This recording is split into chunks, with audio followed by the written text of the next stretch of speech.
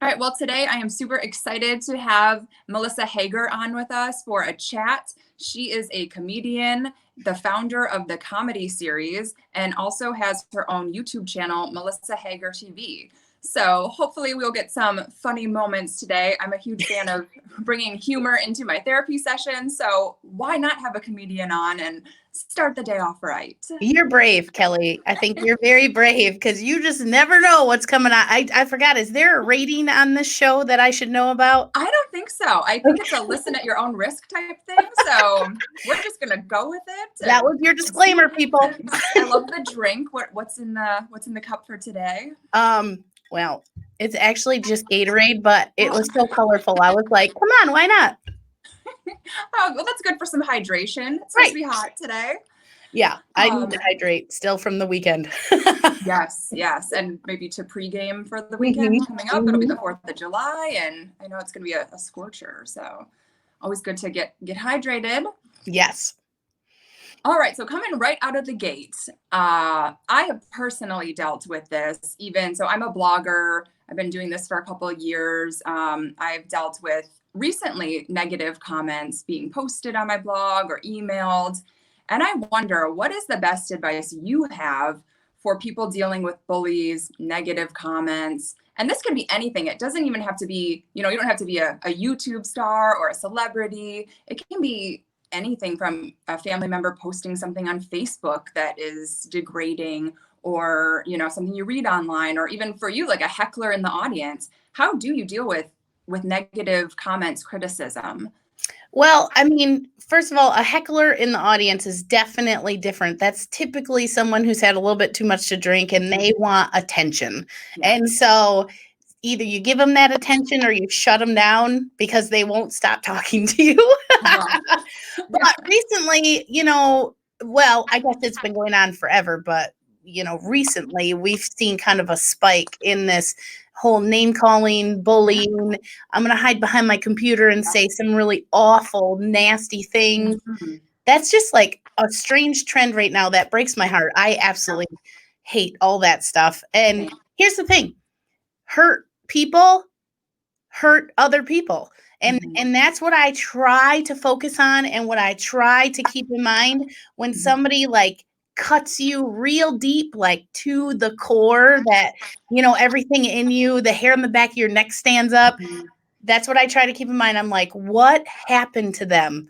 Yeah. What happened to them that they got hurt so bad that they're able to throw that spiky ball at me, or, like my social media or, YouTube or whatever, to be able to say that something tragic has happened to them. And I try to focus on that. I don't think it gives anybody an excuse. You should try to be a better freaking human in this world, but there's a lot of that going on right now. A lot of people trying to change other people's opinions and views, and they're just reducing themselves to a bunch of name calling, and it's awful. It's awful. Yeah. And I know I think it's something that definitely comes up in my practice a lot too. Again, for me personally, and it's so tough because a lot of the advice that I hear is, well, you're asking for it. You're a public figure, or celebrities are asking for it. And I'm like, that just seems backwards to me. Just because you're out there being brave enough to put something out into the public and do something, I don't agree with that sentiment that it's, oh, you're asking for it, or, the typical response of, oh, just develop tougher skin. I suppose, but I think it starts with, like you said, people are real brave behind a keyboard and there's no accountability. And it's like, so tough. And also too, I don't really know really happy, content, loving life people that are making the comments. Like you said, it's their own issues that are coming out, and it hurts. It is as ludicrous as the comments can be. Some of it gets taken to heart, and it's really hard to deal with. It's very hurtful. Very, very hurtful. Yeah. So that's the thing that you have to kind of take a step back. And because here's the thing, now they're trying to hurt you. Are you going to carry this on? Are you going to be the person that now is going to go hurt other people because you're hurt? Are you going to build up that crust that bitterness that it's like, well, now I'm gonna throw it at somebody else, because that happens. That's the vicious cycle that we end up in. And Yeah. man, I got into comedy to help people feel better and have a good time and laugh and smile. I can't be carrying around that kind of crap. Yeah, same here. That's why I believe in the power of change and positivity. That's why I went into the field. But yeah, it is disheartening to see so much negativity too. And I don't know, I think it's almost ramped up, especially with the quarantine too, because people do it out of boredom. They do it out of anxiety, out of their own stuff. So I've even seen a spike too. And has there been comments over the years that people either made to you in person or have left on social media that just really stung? And how did you get past that and work through those feelings? Well, I will say I have also noticed that during quarantine, people have gotten nastier. I've been very fortunate, very lucky that I have not received a lot of hatred ever on the comedy series page, Ladies of the Comedy Series, my YouTube. That's stayed pretty clean. But during quarantine, just random. And sometimes I'm like, is that a robot? Is it even a person? Because what was the purpose of coming and taking a dump on my page today? Like, what was the whole purpose of that? I have a really fortunate, I'm super, blessed by this. I have a connection with the parents of the Greta Van Fleet Boys. It's a big rock and roll band that came out of Frankenmuth, and the parents have been amazing to me. So we've done some YouTube interviews, and they've really been the people that have helped kick my YouTube channel off, And I did an interview, just excited, my very first one with one of the moms. I interrupted her a couple times. I talked over her because I was just excited, and I couldn't believe she was sitting next to me, and we were recording and doing the whole thing. And I got some of the most brutal, awful comments on that video because of the way I interviewed her. And the thing is like, as much as it hurt, and I was like, okay, but did you get to see one of your favorite band's parents? Yes, you did. Like, that's what I wanted to say. But every single one, I responded to every single one, and you can go on YouTube and scroll back to it. You'll see it. I responded. I said, I was really excited to interview her, but you're right. I'm brand new to interviewing. I have so much to learn. Thank you for the criticism. I'm going to try to do a better one next time. Yeah. And you just you almost have to give them the credit because if you don't get any negative comments, you just keep doing what you're doing. And then how are we ever getting any better? Right. Yep. I think definitely when there's a component of, okay, if I can improve something, I do, I like to hear how I can make myself better. If it's done in a nice way, like you said, if it's something, okay, yeah, I'm new at this, I can improve. That's fantastic. But I definitely think it's in the delivery. And so much of that, you know what I mean? It's all timing and delivery, and people I often wonder, do you think that people would say the same thing to your face if they met you at a show or something than they do behind the keyboard? Probably not. I doubt it. Yeah. I doubt it, but how do we know? Yeah. You know what I mean? I don't think people have that big of balls, but I could totally be wrong. I don't know, but sometimes they get really, I mean, like I said, when they cut to, like, you have little kids, so do I. If somebody says something about my child, like, weight or his smartness or whatever, or like my weight, those really personal issues that those are the ones that it's just really hard. Like, you got to really stuff yourself back together. You know what I mean? Like, just like, okay, give me a minute. Yeah. It's almost, especially the mom in me wants to come out then. And what I would tell my 5-year-old, like, if you don't have anything nice to say, don't say anything. And I think that's lost on a lot of people. And we just need to mom the world back to kindness and just say, like, hey, you have your right to an opinion. Free speech, I get it. But I think too, there's something about just being kind and treating other people with basic respect that I would love to see people get back to, especially online. Right. And that seems to be kind of so social media kind of makes you feel like you're more important than you are, whether you have, think about somebody that I remember back in the day when I got 1,000 friends on Facebook. Okay. You remember how big of a deal that was? Do you remember? It was just like Oh, yeah. 1,000 people. You know what Big I mean? milestone. Yeah, it's just mind blowing. And now, like right now, I'm trying to be super selective on who I add because I have like Yeah. 40 left before I don't get to add anyone Oh, again, yeah. which I think is so annoying. I think that's dumb. Mhm. But anyways, um, and and then you think, I mean, like my husband has like 700 people on Facebook, and he's like, I didn't even know I knew 700 Yeah. people, but it's a friend of a friend of a friend. Mhm. So social media kind of like gives you, if you have a hard time humbling yourself at all, Yeah. Facebook gives you this false security of like, oh, look at who am I? Look who I am. Don't you Yeah. know who Yeah. I am? Mhm. And right now, especially, that seems to be overblown into this big problem Mhm. that we think we're going to change people's minds on who they believe in, who's their higher power, who Right. they're going to vote for. Yeah. Yeah. I mean, guys, everyone has their own belief, and Mhm. and rightfully so, and we Yep. can still all love each other no matter what. Like, I Yep. don't care who you voted for president. I am Mhm. thrilled to death to meet you. I think this Yeah. is super cool. And no matter who you said you voted for, Mhm. it wouldn't change my mind at Yep. all. Yep. Yeah. 0. Yeah. And that's the thing. I just wish that people could stop thinking they're going to change other people's minds. Now, bringing awareness to things and, like starting a movement, very Mhm. important, Yep. huge things, like big changes coming, very Mhm. awesome. Yes. But to say like, well, if you voted for so and so, you're a hillbilly honky, blah blah blah blah. And if you voted for, you're an unemployed and you don't pay your child support. Like, stop Yep. calling names. Stop. No, Yep. you're not. There's Yeah. people of all kinds on both sides. Stop. Mhm. Stop Yeah. that. It's awful. Yeah. Almost like we need to get back to just remembering that everyone's human and not stereotyping or generalizing, and Right. getting to know and respect the human side of people, regardless of all the exterior stuff, like you said, like who you voted for or where Right. you live or what you do for a living. Like, okay, let's just stop the judging Right. and okay, view you as the person that you are, not Right. what Well, you are. everybody has a story. Everybody has a past. Mhm. So you get involved in something, and each person's story could be so much more personal than Yeah. you have any idea. Their particular situation could have something to do with an abusive father, or a traumatizing rape as a teenager, or an abuse of a friend, or the death of a friend, or the tragic loss of a sibling.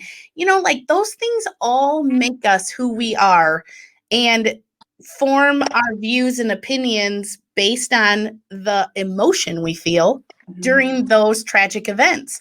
Right. So you don't know what people have been through. Like we just don't know those things. So it's just wild to me. And then like I said, when I get a heckler at the show, I'm like, oh, did somebody not get any attention today? Yeah. Mhm. It is. Come Yeah, here.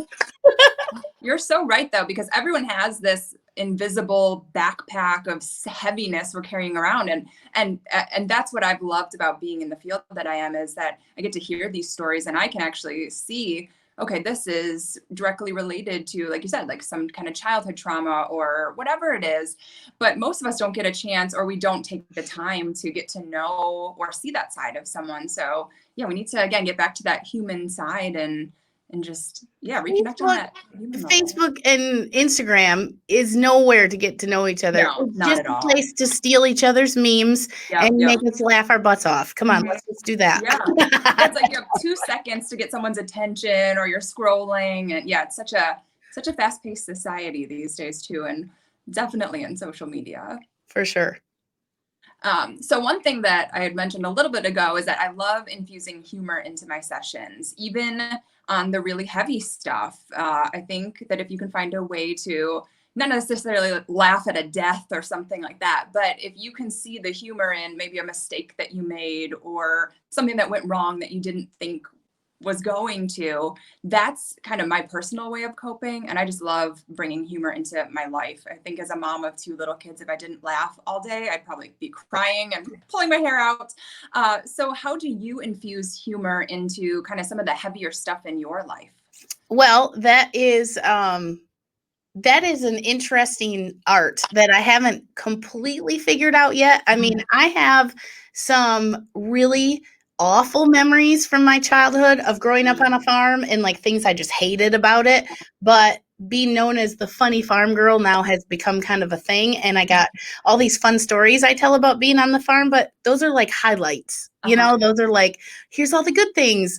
But when it comes to like really personal issues, there's an art to that. There's an art to making that into something funny. And I'm not always that equipped for it yet, but I mean, I just had like part of my story you'll see on YouTube if the viewers check it out is I just had a gastric sleeve done last year. I was 366 pounds and I'm on stage having a good time, emceeing all these fun concerts, doing comedy, and I'm approaching 400 pounds, like having a hard time going up the steps, having a hard time not being drenched in sweat after a show.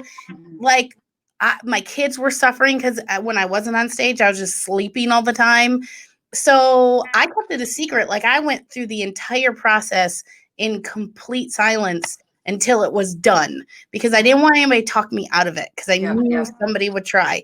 And then when it was done, I like started letting the cat out of the bag and I got so much support that it blew my mind. I was like, oh my gosh, I thought it would be the opposite.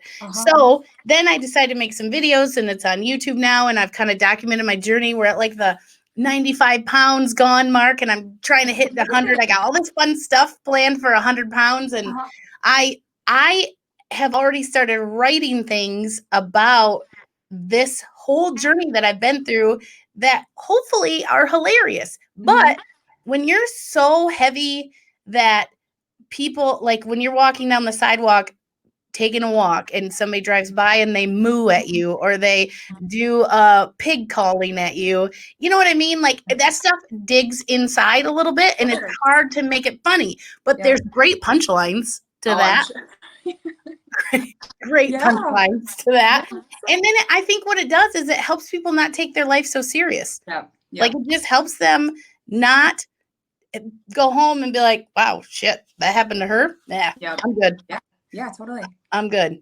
Right. But not to deliver it in a bitter way. Like it's just funny. Let's just laugh. And it's just funny. Yeah. Yeah, I think it's such a great attitude to have. And congrats on the almost 100-pound mark of weight loss. And I love that you look amazing. Oh, and I love that you've been so open about your journey too, because like you said, so many people might have different opinions or whatever. And also too, I guess, let's face it, kind of beauty is such a big part of the entertainment industry, whether it's, TV, movies, comedy, even. Where does your confidence come from, kind of no matter what weight you're at? And then were you always confident growing up or did it take some time? Well, I truly think that I really think my confidence comes from like not knowing things about myself. I grew up in a really small town on a farm, very sheltered. Not that my parents tried to keep us sheltered, but very, very sheltered. And I just didn't know. We never talked about weight. We never had a scale in the house. We made food from the farm. We had a garden and we had pigs and cows. So we had steaks and hamburgers and pork chops and corn on the cob and asparagus and lots of butter. There was always lots of butter. There was always lots of sour cream, you know. But my mom made all of our food. And if my brothers and sisters didn't finish their plate, I knew we had to sit there till they did. So I'd start eating some of their food so we could get the hell out of there, and so then it became a habit. And then I grew up like, we don't waste. You don't throw anything away. We don't waste. So if I didn't clean my plate, I felt guilty. And I'm not saying any of this to say my parents were doing anything wrong. They were just doing what they were taught, So I was always overweight. I was over 200 pounds by the time I was in 5th or 6th grade, but I played basketball. I played volleyball. I have a track record at my high school for shot put and discus. I never knew I was overweight. Like when I got into high school, I got a little bit more self-conscious because I knew people were smaller than me. And high school you couldn't pay me $1 million to go back there. Yes. But I still played sports and I still had a lot of friends and I still did a lot of fun stuff. So I think part of the problem is we're so conscious of everything. We talk about it too much. And then we're like putting it on, like, think about when your kids go to bed. Your kids go to bed, they're in the next room, and you and your husband sit there and talk about how heavy you are for hours and hours and hours, and people making fun of you, people doing pig calls, people beep, beep, beep, beep, because you walk backwards in the store. Your kids are listening to all that stuff. Yeah, they hear it. They hear all of that. And so my mom just never, I had no idea. My mom never told me I was overweight. I had no clue. Actually, as an adult, I found out that my one of my aunts had gotten really big into Weight Watchers. Remember, that was like huge. She became like a speaker, and she did all these things. And she had asked my mom several times when I was a teenager to take me. She's like, Melissa will do so great. She's going to take off with this. Let me take Melissa. And my mom's like, no, I don't want her even to think about any of that stuff. No. And good for my aunt for trying. And also good for my mom for like, no, I don't think she needs it. Yeah. And so I have always struggled with my weight. I'm not saying it's my parents' fault, but I think it's because I just didn't know. But what I gained out of that is confidence. And I've just never, even at, 370 pounds, every time someone sent me a picture of myself on stage, like I spent hours getting ready. I had my extensions in and my eyelashes and the whole thing. I felt good. Yeah. I felt good up there. So, but now as I'm getting healthier and more active and stronger, but I mean, here's the thing. And this is a whole nother book for a whole nother circus. I mean, I've gained and lost 100 pounds 3 times in my adult life. So like I've been through some things, and that's all a fun story all in itself. Yeah. So we go through stuff, and you can focus on the negative. You can focus on the, I only get to shop at these stores. But that people say all the time, they're like, you're so confident. And I'm like, well, it's because my mom never made me self-conscious of things, ever. Never. It was never like, you really got to lose weight. What are people going to think? What do you, I never heard that. And do you employ the same you have 2 young sons, correct? Yes. So how do you intend to build their confidence up as young men? And that's a funny thing too, is my sons are built completely different. I got one little rail thin guy that does not sit still at all. And I got another one that can sit and watch YouTube or play video games and eat a bag of chips the whole time, just mindlessly. Yeah. And I'm going through the same, because my sister was always this teeny tiny little thing. Like she got the really pretty expensive prom dresses, and she had all the boyfriends in high school, and she got everything, because she got to wear all the cool hand-me-downs because she could fit into anything, So I've noticed right now they're 7 and 8. The 8-year-old's gonna be 9 pretty soon. They are just now. I'm sorry. They're 6 and 7. Oh my gosh, I don't even know their age. You've skipped a couple of years. You've flash forwarded. 6 and 7, almost 8. So I've noticed now they've started saying things about like the heavier one will be like, well, I'm stronger than you because I'm bigger.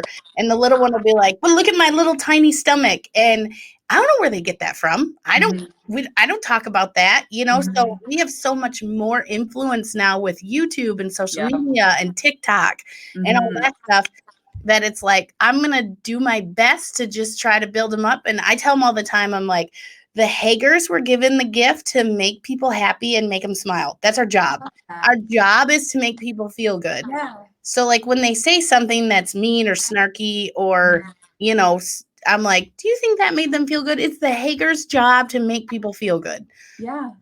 Will they remember? I don't know. You tell me. What you see them on the therapy couch. What happens when they turn 30? What's going to happen? Well, that's what I love, is that you're not making it about physical appearance, that you're saying like, hey, your job is to I suppose, make other people happy, to be a light in the world, to make yourself happy. And I think anytime you can focus on who they are as a person versus, what they look like, or criticizing stuff, is huge, huge, huge, huge, especially, for self-esteem and confidence in the future. So I love hearing that. That's so beautiful. We'll see. Keep it up. Yes. Yeah. I guess we'll see in like 20 years, but yeah. Oh when you hear the stuff that they end up saying on the therapy couch, you're going to have to call me and be like, all right, some of your notes did not work. We'll do like a round 2 in like 20 years from now. Oh my gosh. Now you seem really confident, comfortable in front of the YouTube cameras, in front of your microphone here. Have you ever had stage fright? This is crazy. I mean, sometimes you're just you're born with something. When I was a junior in high school, when I was going into my junior year, the junior classes who put on the prom. And the class advisors, like the grown-ups that help your class, they came to me and they're like, will you please run for class president? I just have a feeling you're going to put on a heck of a great party when it comes to prom. Because I lived on a farm. We had tons of property, and I always was hosting all kinds of parties. Now, those parties, we didn't do the same things, like we couldn't bong beer at prom, but regardless, it was an added bonus. Anyway, so my junior year, I ended up being the class president, and it was fun. We had a hypnotist. It's so crazy that I'm in entertainment now because we were one of the first proms that we had an entertainer after dinner. We had a hypnotist. A bunch of people made asses out of themselves. It was so cool. And then the next year, they asked me to run again, and I said, no way, man. I thought you wanted me to put that party on. Like, now what am I supposed to do? And they said, this is funny how someone can know you so well, better than you know yourself.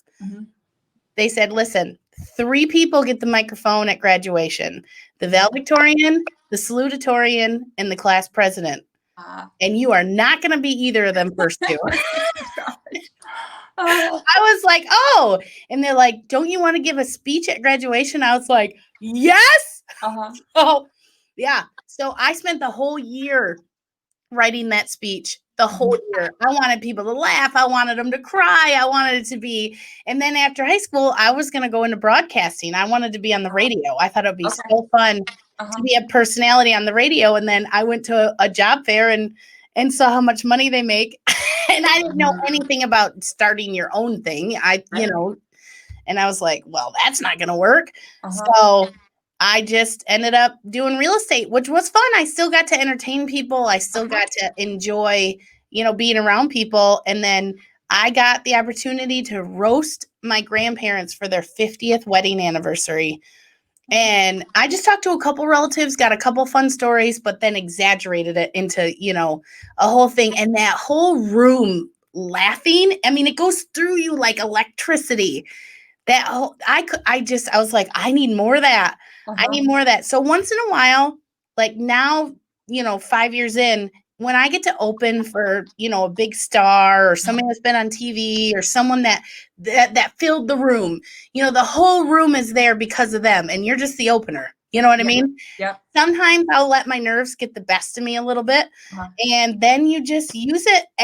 It's really, stage fright is really adrenaline. It's actually adrenaline that if you could, your mind is so powerful. If you convince yourself you're frightened, well, damn it, you're going to be frightened. So I just tell myself it's adrenaline and I am that freaking excited. So when I go out there, I just bounce around more just to try to work out the shakes. Because when you're just like, Yep. Yeah, it's always a good time. But if you never do anything that scares the shit out of you, you're missing out. You're missing out. Yeah. That's the thing, nothing changes unless you change and push yourself. And a lot of people I always say to my clients, like, you're kind of on a plateau and it's okay if you want to stay there. But if you want to get off that plateau, you have to do something scary, something different and push yourself. And life, what is there a quote that says life happens outside of your comfort zone or something like that? Right. And I think it's so true. But I love that you're like, let me harness this adrenaline and put it into something else. And yeah, that's a great way to look at it. Well, look what you're doing right now.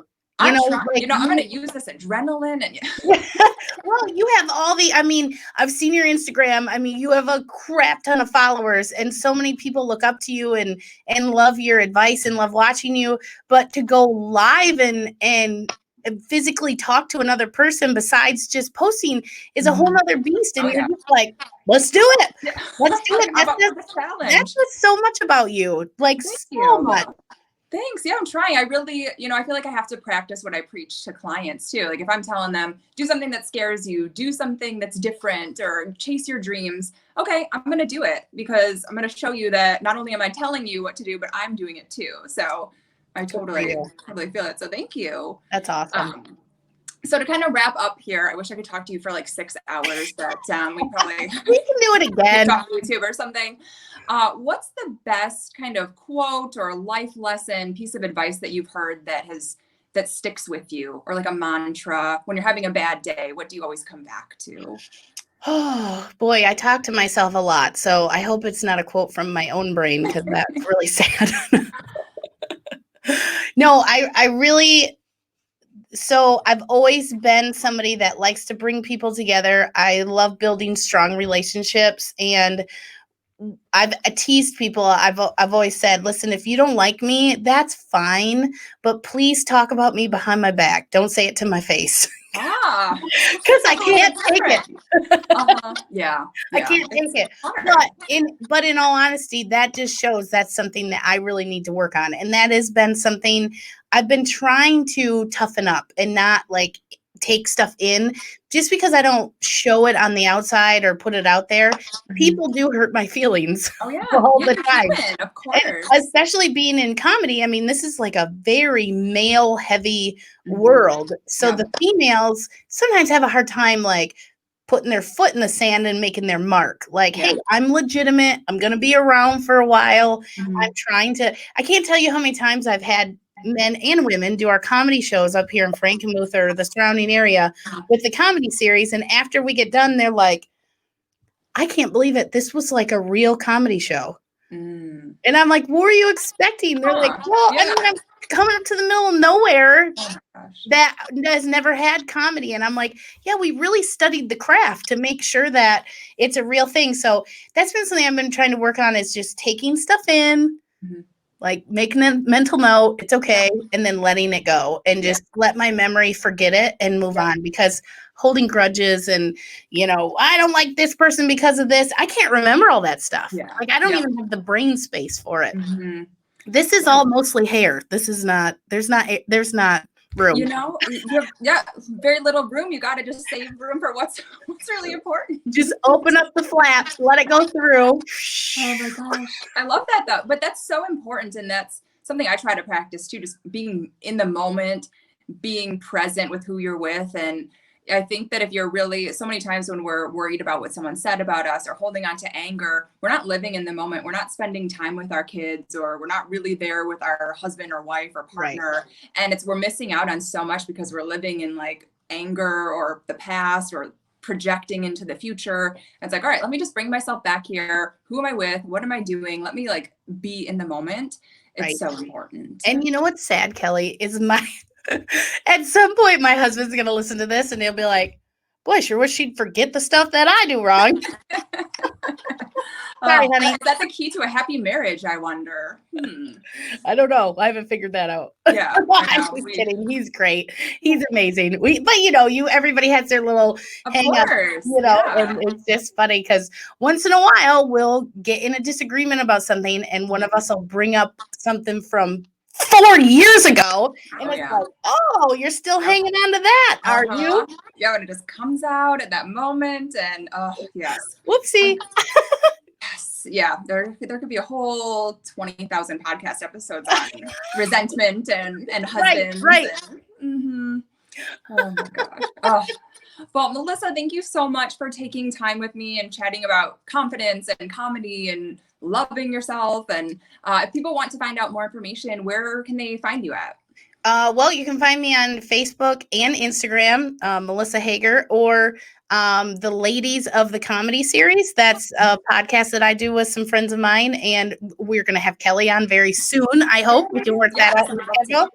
And there is nothing cooler when you see people come together and collaborate to spread the greater word. So, Kelly, what you're doing is incredible. Keep up the great work.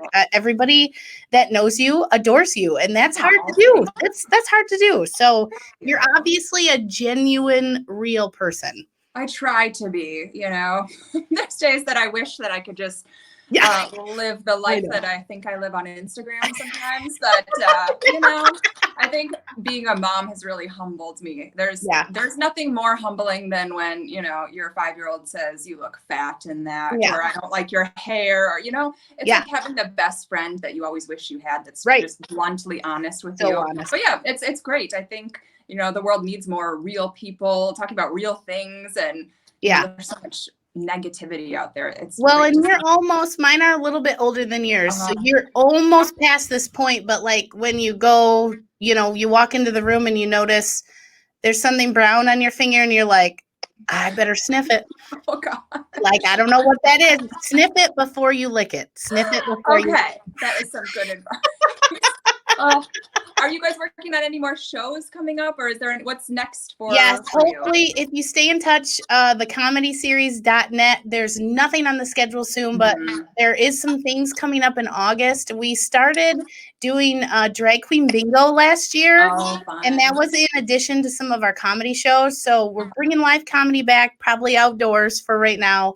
And we got some drag queen bingo. Our drag queens are just like dying to get back on stage. So we're trying to bring some drag queen bingo back to Northern Michigan. So hopefully in August, we'll have a couple of each to do. And we miss everybody so much. We're so lucky that we have amazing fans. They're messaging us and we miss you and how are you? And I miss everybody so much. In person is so much different than just through a Zoom or whatever.